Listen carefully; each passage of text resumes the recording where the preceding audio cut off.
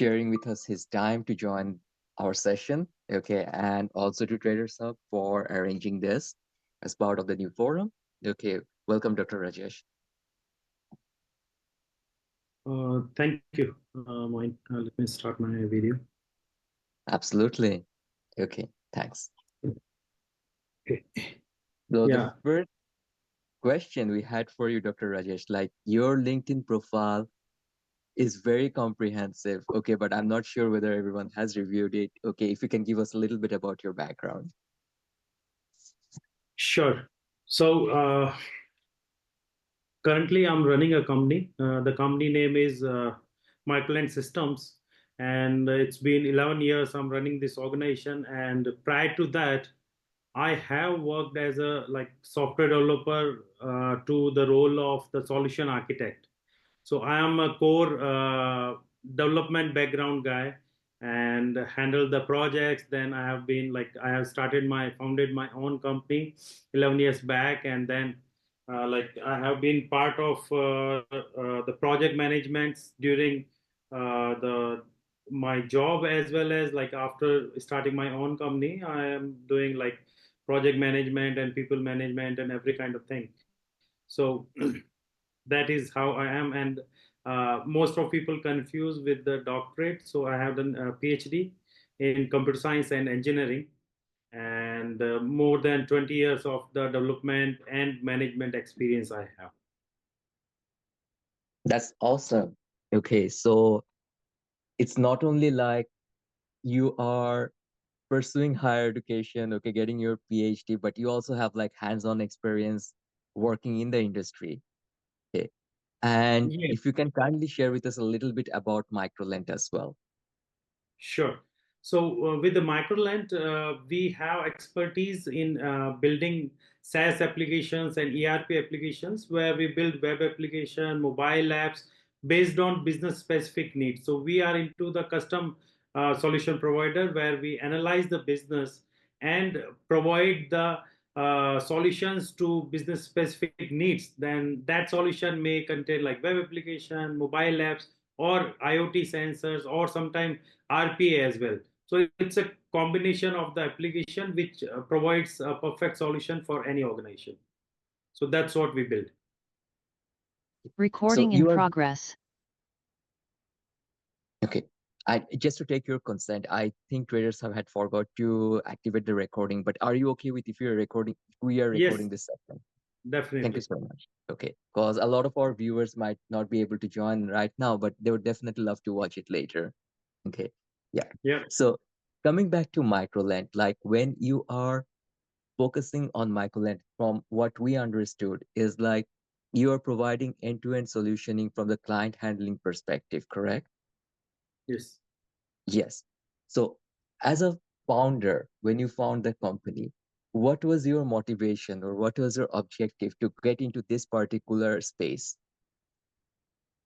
So the first thing was I am from technical background, Mm-hmm. and as what I know is that most of technical guys, they think having their own product is really good space for them, because they believe that they can provide solutions to the problem. So that's what like motivated me also, that I can have my own product, and with that product definitely I can provide better solutions. And because I have seen that a fire of burning as a founder and providing solutions. So that's kind of passion in me. Like whenever I see a problem, I can't even sleep like without solving that. So that kind of passion is still in me, and this whole thing is not as a job or as a working for me. It's just like a playground for me. So that's what keep me in this space. So this is more like your another child of yours. Let's just put it that way. Yeah. Yeah, okay. Because one thing, I personally work very closely with technology. Okay, I have been working with large banks for the last 20 years, mainly as a product owner. Okay, Mhm. so one common problem that I personally have faced in my professional career is like, yes, from a business side, we have certain requirements, we have certain expectations, Mm-hmm. but translating that for the developers to develop, okay, or for the technology team to solution, that often becomes a challenge. There is a gap, okay, which needs to be bridged. You working as a solution architect, I'm sure like earlier in your career, you faced that because you definitely as an architect had like that 25,000 feet view from up, Sure. whereas the developers, they might have like a 5,000 feet view, okay? And me being a business owner, I might be having a a siloed view completely, right? So coming to client, when that particular product gets implemented and like the frontliners have to sell it to the clients, okay, or service the clients, often it is a challenge, right? Like how to bridge that gap to have the ideal product coming up, okay? So how do you address that from Microlens perspective as well as your earlier experience? So that's a pretty good question. Like because most of time, what happens is that there is a like two kind of clients where we categorize. One is like technical client who provides a really good requirement and everything. There is another chance where there is a non-technical client and who believes in lots of assumptions, like who believe that who do not believe in sharing that information because he believed that you should be knowing that, and that is Mm-hmm. where like lots of issue occur where the client expect you to have that domain knowledge already in you, and with that he don't share lots of information with you. So the business analyst is the one who plays a very critical role here, who analyze all the requirement, who make sure that he ask a particular type of questions to the customer to get those answers which are needed for let's say 0 and 1 format, whether it is there or whether it is not there. Because when we talk to the developer, we know like common sense is there, but developers are mostly in a habit of building whatever is given to them instead of adding on things by their own. So the role of business analyst is one who plays that critical part where he makes sure to ask all those questions in a way that he can get answers for building the a requirement or for building a SRS for the developers. And once we have all that requirements and we get that sign off with the client, then only like moving into space of creating that epics or creating the tickets and then assigning to a developer is what we follow. That's very nice, okay, for you to explain this to a lot of us who come from a non-technical background, okay, on how that gap can be bridged, okay. Now, can I request you to have the presentation on the client handling that you so kindly prepared for us to share with us? Sure. Let me share my screen.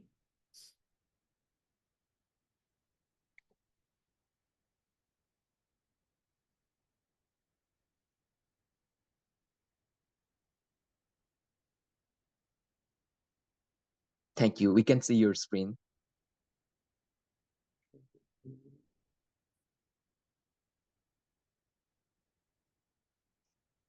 So let me give you a little brief, like how this client handling topic and why this thing, because like during my experience in previous companies as well as within my company, I'm in habit of making notes, and especially about this client handling parts.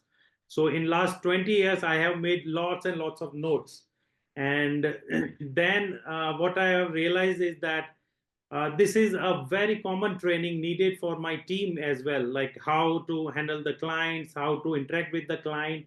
So then I started giving the presentation to my team.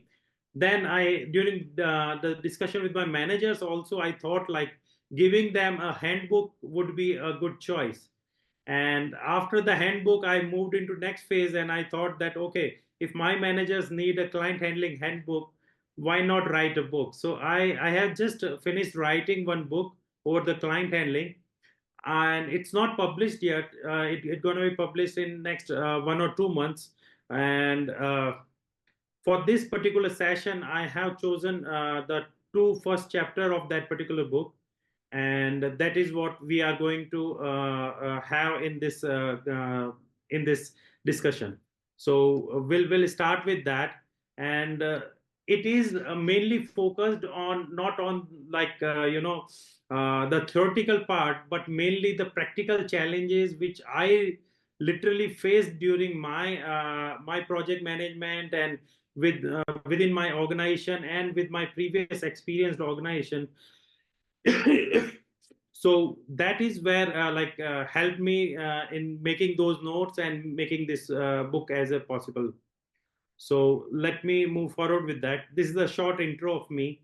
Like I have PhD in computer science and engineering, all these technical certifications, and like couple of I'm as a member of few international journals where I write some articles in international journals. So these are there. So here we'll start with fundamentals of client conversation. Prior to that, let's go before that. So the client handling not start when you have a client. It actually starts when you do a marketing for a client, and even one step before that. And that step is when we create a client persona.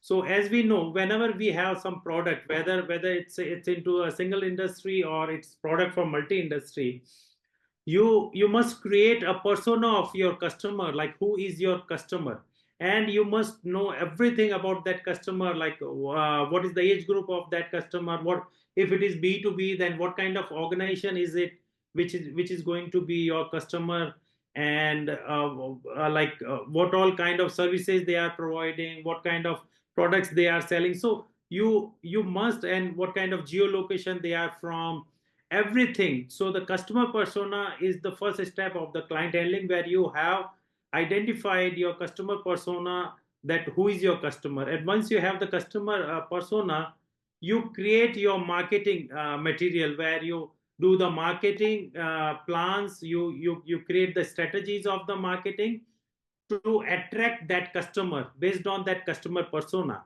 And when we do the marketing, that is where we highlight our main points, like why to give work to my organization, or why to buy this product.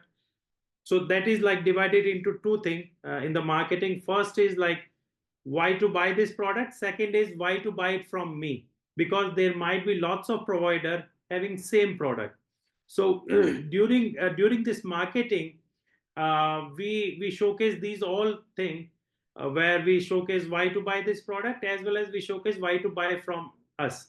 And knowingly as well as unknowingly, we set lots of expectation to our client, like what to expect from us. So that is where client handling starts. So whatever expectations we are setting in terms of our marketing campaign, or in terms of our literature which we provide to the client, before he becomes our client, that is where he set the expectation, that what he is expecting from us.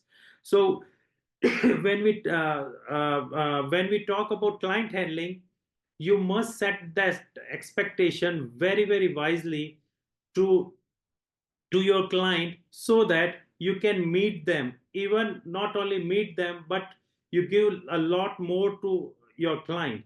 Because when we say about any marketing or the pricing part, it is not the price where client is always looking for. It's the last thing client will look for. It is the first thing is what kind of experience he would be getting, and what kind of value to money he would be getting. So this value to money thing start from our client marketing campaign, and it goes during your all phase of the product delivery to the completion of your services. So whether it's a services, whether it's a product, throughout from your campaign to the delivery of the product or the delivery of the services, is where your expectation has to met at every level. Excuse me, like I have some sore throat, like a minor throat infection, so bear with me with that. So the Sure. Dr. Rajesh, sorry to interrupt you. Okay, the screen is little bit to the left. It is cutting up. If you can just center it, it would be much easier. Okay, like if you're Okay, moving on let later, me that would let we me can see the try. whole slides then. Is it Yep, it's perfect now. Thank you. okay? If that works, it's good. Okay, so so now when we talk about this client handling part, the conversation plays a very big role in it. So from starting of marketing campaign, whatever you put into their brain to the delivery, the conversation works really plays a big role with that. So we are starting our interaction with the client conversation, like how to do the client conversation and what all are the fundamentals to that. So it start with knowing your client. So what we need to do is that you must know your client. So there are two type of products. One is where the product is a small price, and it's kind of no brainer for your customer to buy it. But in another case, if your product or if your services are a big value services, and you know that client is going to compare it with the different people, so or the different service provider, or the similar kind of products, in that case you have to put lots of effort in knowing your client. And what you can know is that you must know their industry, like for from what industry they are coming, what is that specific client's background. If Because the background of client is very very important to know, like because we have created the persona, and in persona we have defined who is your customer. Same thing is when that individual client is coming, you must know that what kind of industry background it is, what is his the communication preferences are. These all things gonna be we are going to discuss in detail in next slides. Then the active listening, this is the one of the most important thing, like cover 40 to 50% part of the client handling. When you listen to your client 100% properly, your most of things gonna resolve with that only. Then building a rapport with the client and clear and concise conversation. So we'll move into detail of these four topic as a this is the first chapter of my book, and we'll move with that. So before that, this is just a small detail about the communication, that how important it is. So based on a research by a psychologist, Mr. Albert, in University of California, what was found is that the 55% role is of a body language in any conversation, and 38% is of the tone of the voice, and a 7% is hardly of the words or the actual word meaning. So whenever we are having a conversation with the client, what we need to make sure is that it is not only the word which will play the role. It is maximum about your body language, your tone. Especially the tone is very very important, and your body language is very important. It has to be positive, it has to be in receptive mode, and lots of things we're going to discuss further. So this is just a introductory part, where like how important communication is. Now let's move to the know your client.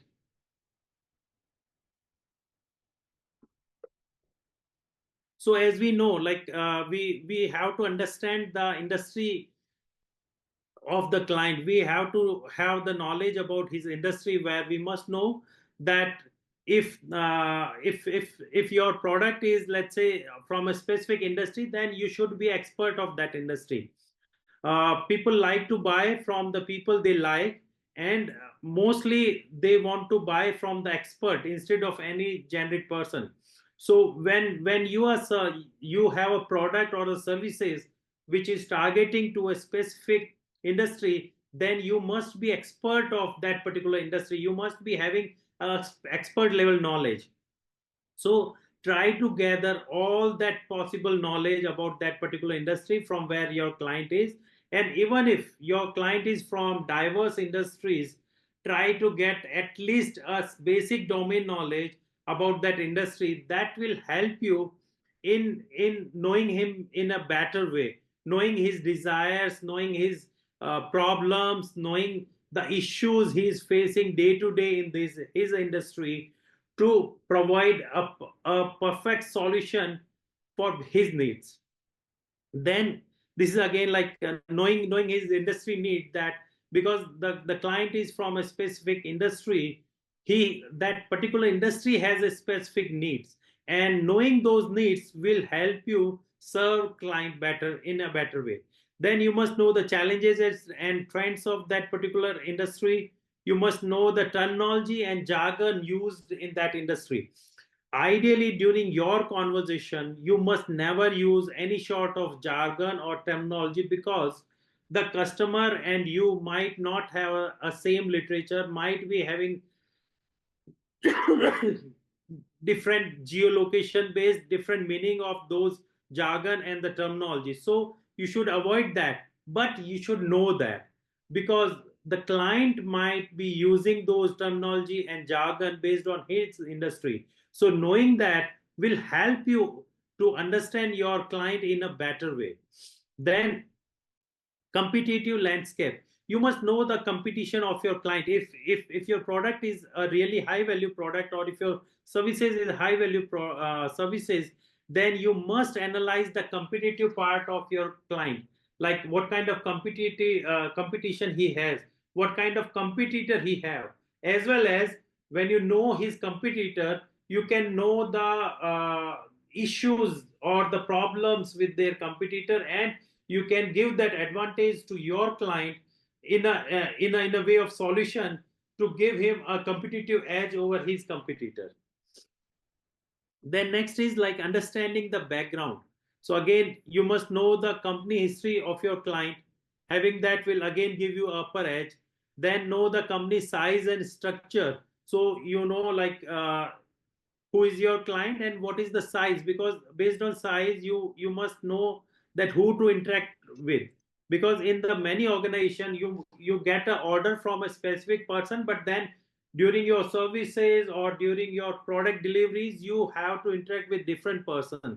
So knowing the structure will help you having more interaction with the person or the concerned person.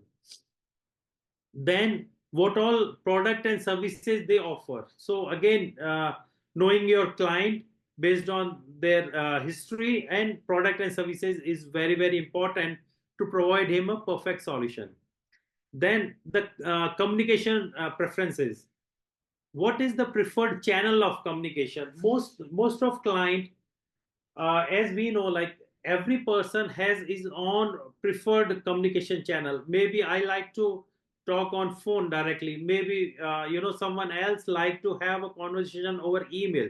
Someone else would like to have a conversation over the Skype or WhatsApp or some other chat platforms. So knowing the communication preference is very important, because your client is already have one preference, and if you want to serve your client in a better way, then if you follow his preferred communication channel, that will not only help him to be more in favor of you or having more quick response to you on that particular channel.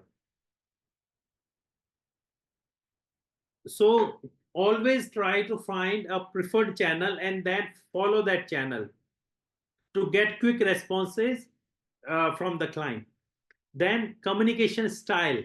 So every person has a different communication style. For example, someone would like to communicate more formally. Okay, they just want to be a more formal in the communication. Some people would like to be more informal. Some are more humorous. So you must identify the communication style of your customer and act in a way like your customer wants. So if his communication style is more formal, in that case it is good to have more formal conversation with him instead of having a casual conversation. Next is frequency of the communication. as we know, the communication channel, like preferred communication channel is important. Same way, frequency of communication is important. Few client like more frequent communication. They want update. Maybe if you're providing a services, or if you're into industry, for example, we are into the software development industry, so client would love to get the update daily on, like, by end of the day.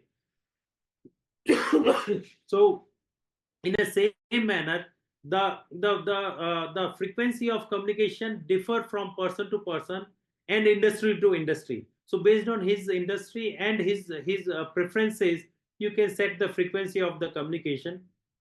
You can have that discussion with the customer at the initial phase, that how often he would like to be communicated, and based on his preference, you can set your frequency of the communication.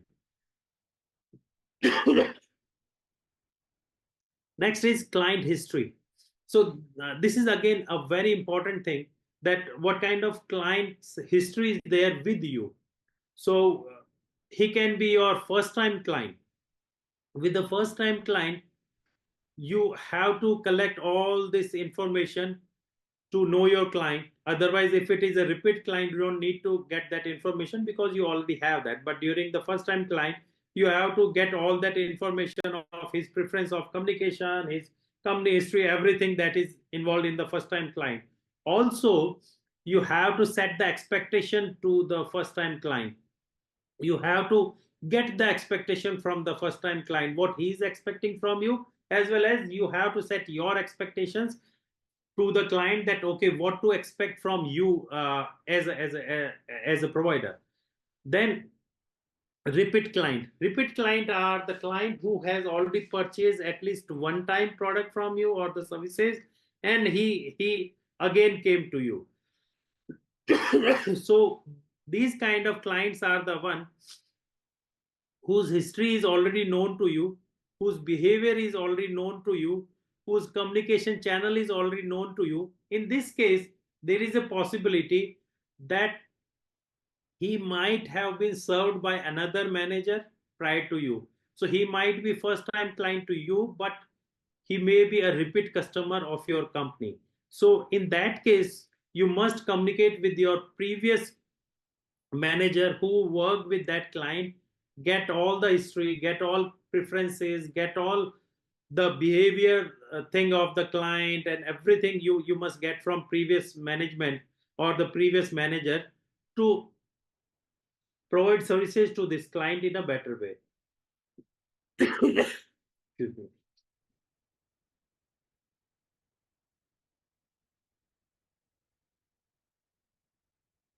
Okay, so next is re-engaged client.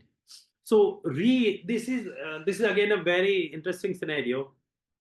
Re-engaged client are the client who have purchased services from you maybe one time, two time, three times, or even more, or a certain for a certain period of time, maybe 6 months or a year, and then he disappeared, and he came back to you after a long period of time.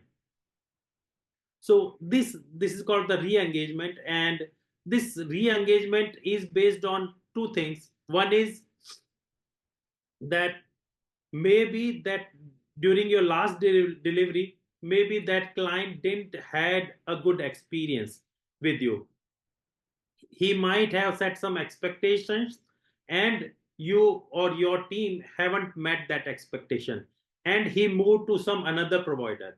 If you check for the data, according to uh, journals from London School of Commerce, and even lots of marketing managers I had discussion with, and lots of client management people I have had discussion with, what we have found is that the 65% of customer leave their current engagement with the provider on based on experience, and hardly 5% leave their current provider for the pricing part.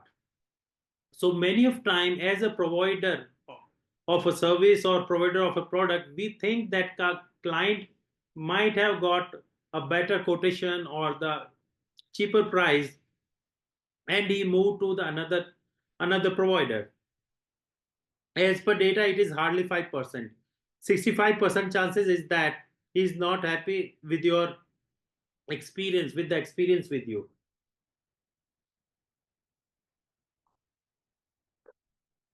And when this customer came back to you, there is a chances that he is not happy with his current provider, and he came back to you because he believed that your services which you provided before to him is better value to money than whatever his current provider is providing. But in this case, you have to be little more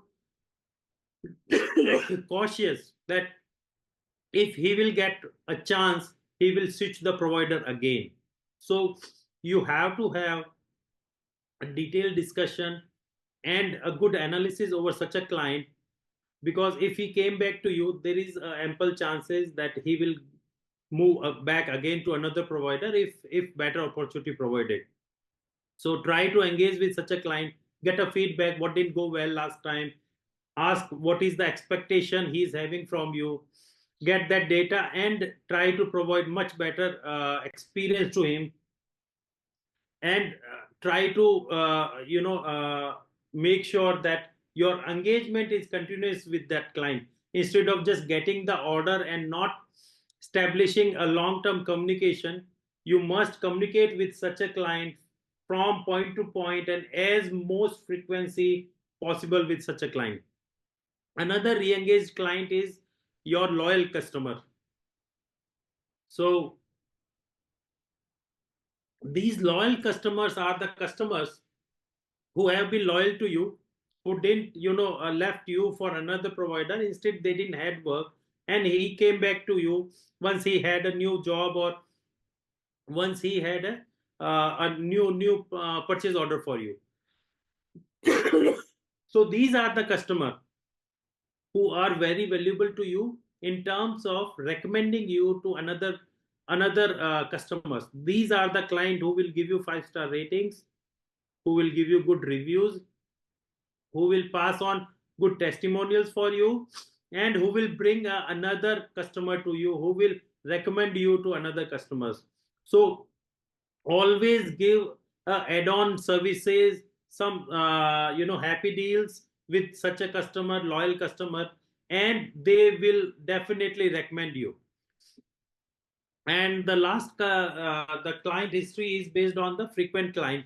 So these are the client who are frequently purchasing from you and who are already happy with you, that is why they are frequently purchasing from you.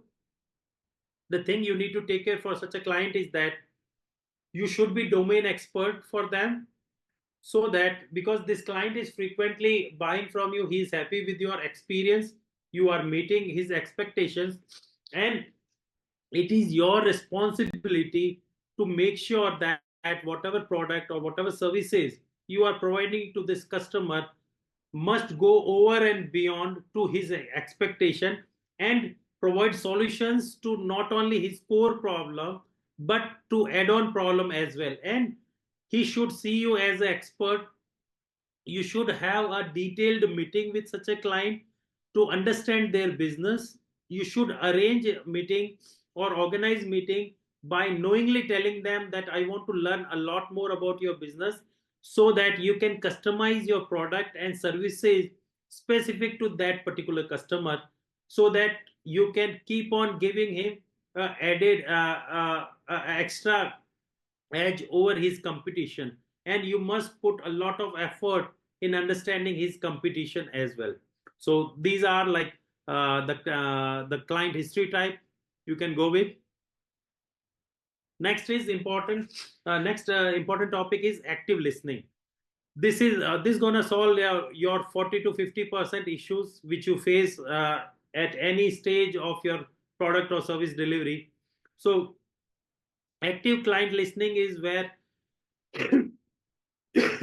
you can it can help you building the trust, resolving any sort of conflict, because see, when you are listening to them actively, they they understand that you value their content, or you value whatever they are telling to you. So that will definitely build a trust. And also you will know that they will see that you are not judging them, instead you are interested in knowing a lot more about them. So that will also help you build the trust. Second thing is that resolving the conflict. When you listen properly, first thing is that there will be a lesser conflict, because you have listened the way what client said, and you have listened in a way of actual meaning instead of the word you have used. Because the non-verbal conversation is again plays a very much role, because when we have seen during this initial discussion that body language and tone plays a bigger role in the communication than actual words. So these non-verbal clues you have to pick it up, and those non-verbal cues will help you understand the real requirement, and that will reduce your conflict. Now, as well as when you still get any sort of conflict, understanding their problem actively and consciously help you resolve them fastly. Then exceeding the expectation, again, when you listen their expectation properly, when you listen their requirement properly, you given them a solution. And as as we have discussed that you must exceed their expectation to give them a better value to money ratio, that will be possible only by doing the active listening. Then enhanced collaboration, of course, like you, if you'll actively listen them, you will have better collaboration with that client. Of course you will have like more client satisfaction, and you will have the more customer retention, because of active listening. Apart from that, there are few very important points which are called the pillars of active listening, which is like non-verbal clues. When having discussion with the client, if you are having like a Zoom call, or whether it's a face to face, try to find non-verbal clues. Or there is a very good phrase which is called reading between the lines. So you must learn how to read between the lines. Instead of taking the literal meaning of the words which he's using, you must know the actual problem or actual things which he's saying, because the client might not be expert in explaining the things, but you as a listener, you must have that level of understanding of his domain and his requirement, that you can understand his non-verbal clues, and you understand his real requirement. Again, like you should be very attentive in that. Asking question, this is again a very very important. When you will attentively listen someone, you will have a lot of questions, and when you will ask those questions, it will give not only detail to you, but also make the client realize that you have listened to him carefully, as well as you value to his problem. You understand his problem, and his problem is very important to you. That is why you want to learn more about that. So asking question is very important. And there are different ways of asking question which you can use, where you can where you can ask them either having one to one discussion, or having discussion with their team, or with their users, because many of time the customer might be buying that product or services not for himself, but their users or their customers. That is again possible. So having meeting with them, having some sort of questionnaire for them, having the some question answer based or MOQ based questions, or that kind of thing, will help you understand their requirement more in a better way. Summarizing, this is again a very important thing. Whenever you have any sort of discussion with the client, whether it's on the a video call, whether it's on audio call, or whether it's on the chat or face to face, always make a proper note of everything, every important point, and once the conversation is over, make sure you give a summary of that with the client. You share them that okay, this is what I understood, so that it will give a multiple impact. One is that he will know that you were making a note of important point, that means his points are important to you, which creates a positive image of you. Another thing is that if you have understood something not correctly, then he will correct you with that point. And third thing is that once you give a summarize and client say okay to you, that means you got a clarity over the requirement, so that in future if you deliver something, and if client says okay, this is not what we have asked, so you can again refer to that summary part. So sending a summary after the conversation is very very important. The next thing is acknowledging the emotions. So this is a very important thing when there is any sort of conflict, or there is any sort of emotional stage the client is. Mostly it is when, if you have delivered something which is not working for him, or if he has expected something you haven't delivered that way, so client is into a some emotional state. And you must understand, or you must educate yourself in emotional intelligence. Emotional intelligence, learning about emotional intelligence will help you in not only understanding the different emotional state of a person, but also how to deal with them during that emotional state. Because having a like this empathy plays a bigger role. We know the difference between the sympathy and the empathy. Empathy is where you literally feel that, you show that yes, I also feel that. And not only like you understand that, but you literally feel them, and you by heart you would like to solve that particular problem. So the emotional intelligence plays a really big role in that. So I would recommend everyone to go through small notes over emotional intelligence, and understand how to learn about different emotional state of a person and how to deal with that. Avoiding interruption, this is again an important thing. Many of times few people are in habit of immediately responding. Even if like client is saying something, he's in mid of something, and we immediately reply to them. There are few issues we face because of immediate response. One thing is that whenever client is saying something and we think that we know it, and we, instead of letting him complete, we immediately jump into that situation and say okay, I know it and all that stuff. But there is a possibility that that statement gonna change its meaning by end. So once that statement is end, there is a possibility that whatever you have listened half is totally gonna change. So don't interrupt the client in between. Whenever he is speaking, let him complete. Okay. Also, as soon as he finish, don't speak immediately, because that might be a pause for him. What, like you might be thinking that okay, he finished and let me speak. So if you immediately speak, you might ignore his pause. So he might have given a pause, and or he might be giving a thought to speak more about that particular topic. So wait for at least 2 to 3 seconds. This is a good pause time of 2 to 3 seconds. So at least give a pause of 2 seconds. So not only ignore, if it is a really pause, then you can wait for pause and client can continue. If it is completed, look at his face or look at his eyes.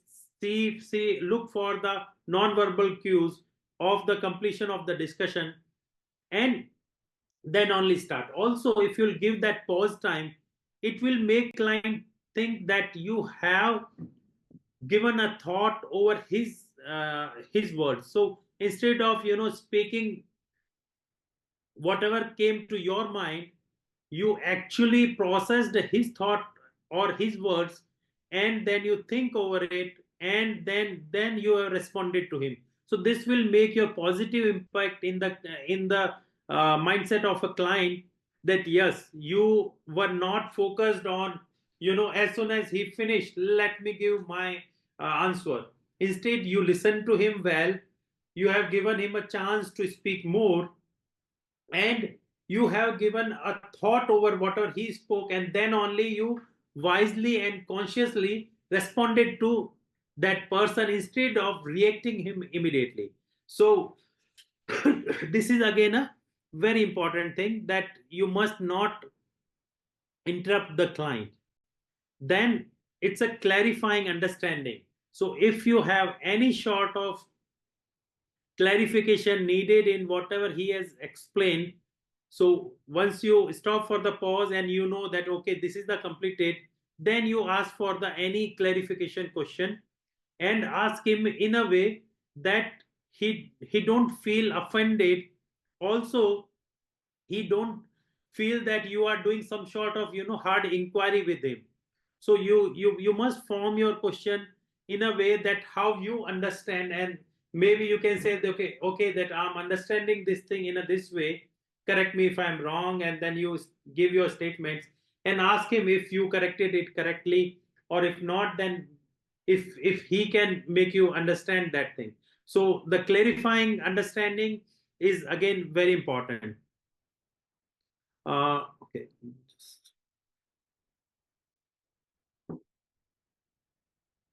Then passive listening versus active listening. As we know, what is active listening? Passive listening is where you are not asking any question, you are not making any notes, you are not giving any sort of emotional response to the client, to his talks. Maybe he's talking his problem with you, and you are not emotionally, giving your empathy with him during that discussions. So these all are passive, and doing that is active listening. Then overcoming obstacles of to the active listening is where there are lots of obstacles to the active listening, especially your phone. During your conversation with the client, make sure you are not interrupted by any phone calls, any chat messages, any third person. Make sure you have a silent space where there is no noise from another people. So any sort of thing where your attention can be grabbed by anyone else, you should avoid that during the discussions with the client. Next is repo building. So how we can build a repo with the client is by showing the genuine interest. You must have interest in your client's problem, in your client's domain, in your client's world. Once you have interest, a genuine interest, you will ask lots of questions, you will have knowledge about their problems, and you would be able to provide a good solution to them. And that will help you building a repo. Your positive attitude towards the client's requirement, your client's problem, will again help you build the rapport. Then respectful communication, your shared interest. This is again, shared interest is very important thing when you're having a conversation with a client.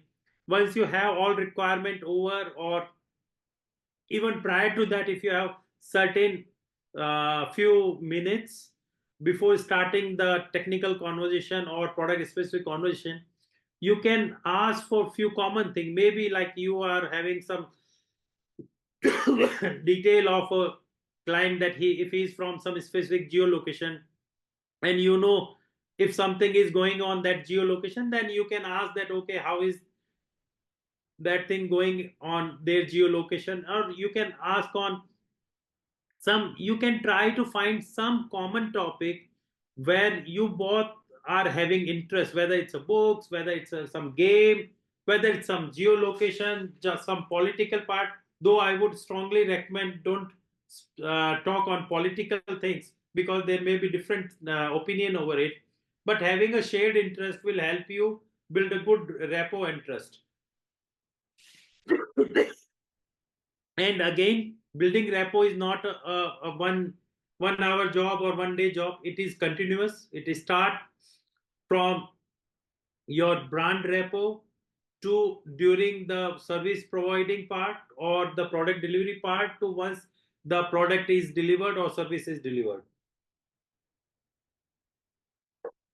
So during that journey from introduction to client and the delivery, every phase you must make sure that you are building a good rapport with your client. Navigating jargons, this is basically just avoid using jargon yourself, but learn the jargons from the client. So that is the core line, so that whatever jargons he's using, at least you can understand, and avoid the jargons because they can be different for him if you are not having a long term relations already. Now this is the second part where it is focused on the client interaction. I know like we are close to 1 hour, so I'll go very brief, very short about this part, and maybe I'll request like in future we'll have more discussion planned on this thing. So during the client interaction, you must understand the client needs and expectation very clearly. Not only understand that, document them. Believe me, nothing will help you other than having a documented requirement and getting a signing off from the client on that documented requirement. That will help you avoiding lots and lots of problems or lots and lots of misunderstanding which can happen during the delivery of services or the development of the product. So that's what you can do here. Then building a strong client relationship. So there are a few tricks which you can use to build a strong relationship with the client. So let me give you a little brief about like understanding expectations. So during this you can have the data driven decision making, like you can with the help of data or with the help of feedback, with the help of some surveys, you can get the expectations and need from the client. You can have the forms filled from the client in terms of requirement or in terms of feedback also. You can ask from the client. So data driven requirement you can also do. Then managing the expectation, you can set your expectation, you can set the realistic expectation and the goal. Understanding their expectation, communication strategies, managing timeline and milestone. Give a clear timeline to the customer and proper milestone.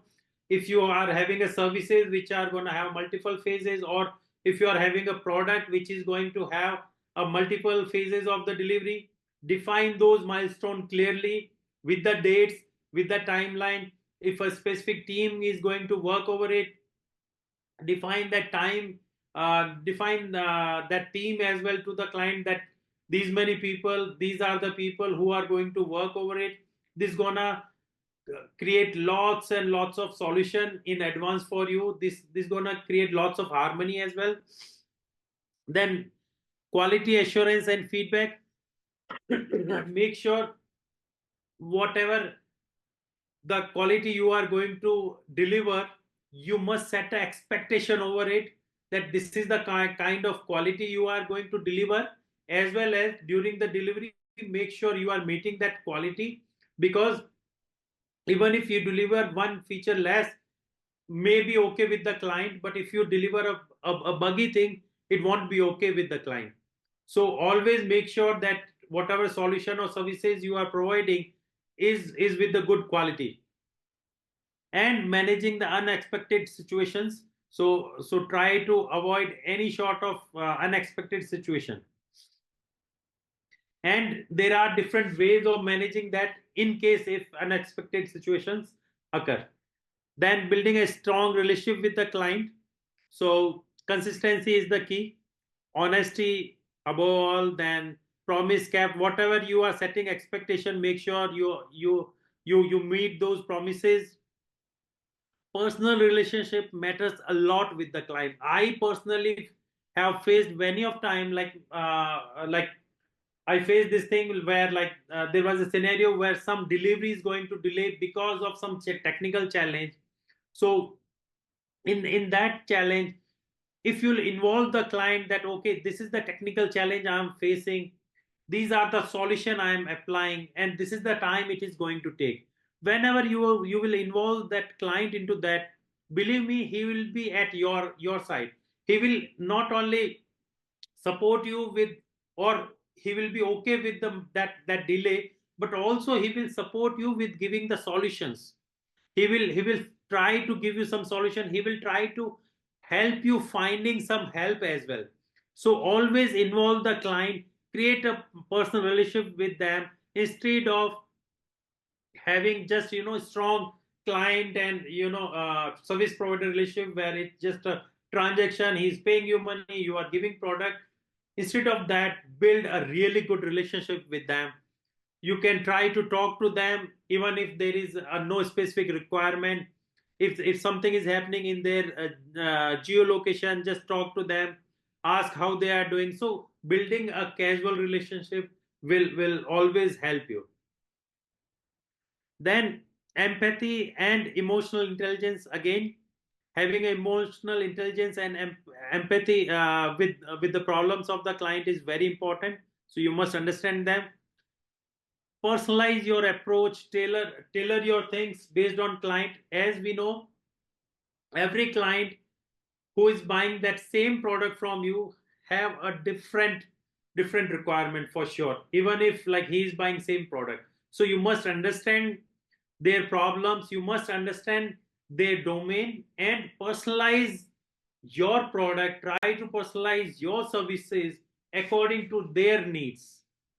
This will help you building a relationship, and also this will help you to create your image in front of your client that you are the expert. Once he will see that you have personalized your product or services according to his needs or his domain, he will see you as an expert, that yes, you know it well. And he, once someone sees you expert, he will not only buy the product from you, he will always seek advice from you, and he would love to buy product from you. Then next is effective client meetings. These are some small notes, will go in a speed over it. So benefit of effective client meetings is that you can build the strong relationship in the meeting. You must plan it properly. There are lots of things you need to take care in the meeting. Before meeting, just send the agenda, set it like clear objective of the meeting, what is the timeline for the meeting, what is the time zone of the meeting, what all things you're going to cover in that meeting. If there is any demo specified, this is going to be demo, who is going to take that demo. Everything you must specify before that meeting, who all are joining the meeting. So these all things you must communicate it. Also during the meeting, try to put some clear delivery, some visual messages as well. You can put use some visual data, or stats of the data in the meeting. That will help you meeting make the meeting more effective. Also, if it is there is already any conflict going on, and if it is a meeting over a conflict, then try to understand the issue prior to meeting, plan for how you're going to empathize it, how, and also respect their issue. Even if this is a very common thing, I've seen that if client came to you with some issue and you say, oh, it is a minor issue, so that will make him more angry. Even though if it is a really minor issue in a real time, don't say it's minor, because it's a minor for you, but for him it is a big deal. That is why he's into that particular emotional stage, or he's angry. So whenever client comes to you with some problem in a meeting or in a call, make sure you respect his problem. You empathize with him. Maybe you don't agree with it. It is possible that you are not agree with it, but still you can acknowledge that problem. You can say, okay, I do understand that, where are you coming from and what the issues you are facing. So with that you can resolve it in better way, and never say that it is a small problem. Think it in a way that you have taken your relative to a hospital, and maybe he was having a chest pain. Okay, and you think it might be, let's say, heart issue, and client say, okay, okay, it's nothing, it's just a gastric problem. Okay, you won't feel great. You want the doctor to first check up everything. You want him to do the ECG. You want him to test everything instead of, directly saying, okay, this is nothing, just a gastric problem. Okay, and you want him to empathize with you, understand that this person is important for you. From doctor's point of view, he gets, hundreds of such a client on a regular basis, so he know it. For him, it might be really small problem, but from customer point of view, my relative, my, person which I have taken to the hospital, and he has, given a chest problem, it's a big deal for me. So always, whenever a client comes to you with some emotional stage, always make sure to respect that stage. Always understand in that way that, okay, you need to make sure that this is you need to make sure that you understand his emergency. His problems are your problem, take them as your problem, and try to provide solution. If not immediately available, give him a perfect timeline that this is the time I will get back to you, and these are the options we are going to try to solve this. And even if you are not going to meet that deadline, inform him in the early, instead of just waiting for that deadline and giving him another deadline. So with that, you can save lots and lots of conflict, and you can make a happy client. And I guess we are out of time, so I would like to end this session here. Let me see. Okay, I've just Thank you, tried Dr. Rajesh. as much Yeah, as thank you, possible. Dr. And Rajesh, for your yeah, enlightening slide. It was like great to learn from you. Okay, and we hope to have you again with us. sure, sure. Yeah, I'll definitely I'll sure. enjoy Thank you. sharing. Thank you so much. All right. Thanks everyone for Thank joining. you. Okay, bye for now. Bye.